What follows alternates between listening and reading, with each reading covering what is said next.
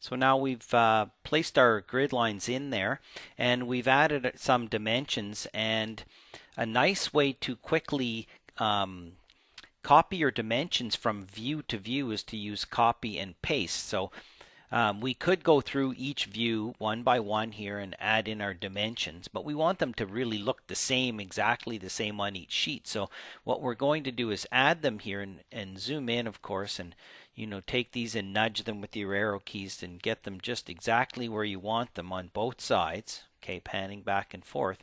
And then what I can do is click on them using the control key on the keyboard, pick all 4 of these dimension strings. If you got one wrong, click on it, delete it, draw it again, or else say edit witness line and continue.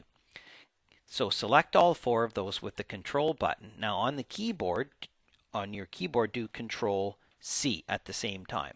Or you can go up to here and say copy to clipboard. Either way, you do a control C or copy to clipboard. Now what you can do is there's different paste options, and what we can actually do is say paste a line to selected views. So I can go in here and say, well, I want to paste and those exactly to the same place in the main floor, and using my control button I can pick on here and roof plan. So main floor, second floor, and roof plan, not the reflected ceiling plans and not the site plan. Hit OK, and now it's copied those to each one. If I go to my main floor, my second floor, and my roof, you'll see they've all been copied in there. So that works great with high rises.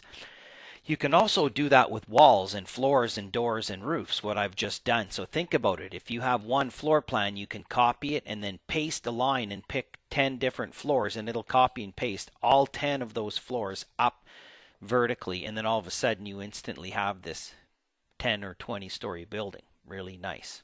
Okay, so copy and paste, very powerful. So we've only used it to copy and paste annotations. Okay, we haven't used it to copy and paste walls or anything like that. The other thing I want to point out is the size of the dimensions in the grid lines is according to the scale factor. In Revit, the annotation objects automatically update according to whatever you set your scale at. If I set my scale to be 3/16, it'll adjust the size of those. Okay, in fact, it gets smaller. If I go and adjust it the other way and go 1/16, my annotations will get bigger, and I'll have to go in and adjust the positioning of them.